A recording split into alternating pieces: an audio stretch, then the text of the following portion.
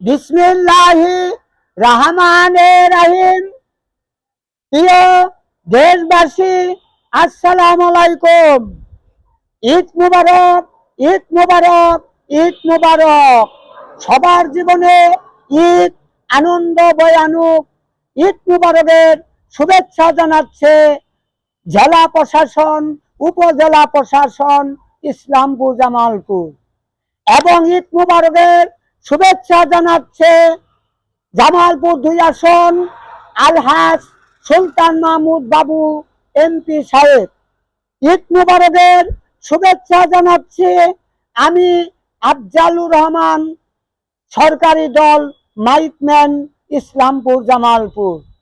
ঈদ মুবারকের শুভেচ্ছা জানাচ্ছে আমাদের ইসলামপুরের কৃতি সন্তান জনাব নজরুল ইসলাম খান, মাননীয় প্রধানমন্ত্রীর রাজনৈতিক উপদেষ্টা।